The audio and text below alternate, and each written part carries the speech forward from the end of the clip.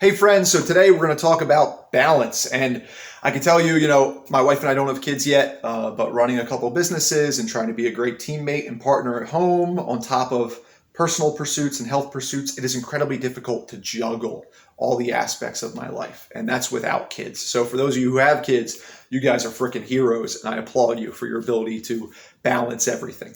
So for a little more backstory on why I think balance is so important, it's a big part of my coaching practice. I have studied Carl Jung extensively, and he used mandalas, those circular images, to denote, the human personality and psyche, because what he realized was that what we're all ultimately seeking is wholeness. And the only way you can really achieve wholeness is by having a well-rounded life. So I kind of use a very simple 4-quadrant approach and with some clients that, is your health, your relationships, yourself, and your profession. And we talk about viewing these as bank accounts. And your responsibility to yourself and the people you serve is to ensure that all of those bank accounts are trending upwards. Now, inevitably, by prioritizing one aspect of your life, you have to neglect the others. And that's why on any given day, you may heavily invest in your relationships, but you may neglect your business. And that's just part of it, right? Your relationship got to deposit into that account,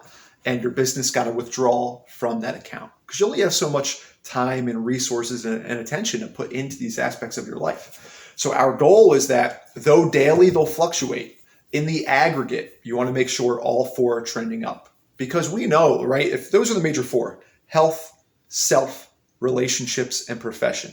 If any one of those are not doing well, you're not doing well. So it's our responsibility to seek that wholeness that Carl Jung talked about by measuring and daily and weekly tracking our progress in those 4 areas. Because if we do, you're going to have a pretty awesome, pretty solid life. So I strongly encourage you, right? If you find that you're struggling with balance, if you get stressed out about there aren't enough hours in the day, take a look at these major 4 areas of your life, prioritize what vehicles and actions most meet those needs, and then just be diligent, get after it. Know that on some days I'm going to neglect some areas of my life and invest in others. But in the aggregate, as the weeks go by, all 4 of those bank accounts are trending upwards. And it's a very simple approach, but it's incredibly helpful because most people come to coaches and therapists because they don't necessarily have some big issue in life.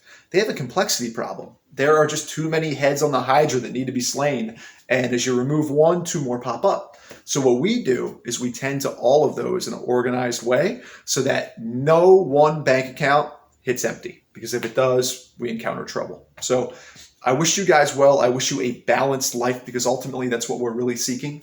And if you think of them as bank accounts and just make sure no bank account gets too dry, you'll do just fine. Not only will you do just fine, but you'll thrive. So get after it. Use this simple scaffolding as a way to organize your life and prioritize what really matters so you can let the unimportant, unurgent matters just kind of go away as you prioritize what matters to your soul. So I wish you luck. Get after it, guys.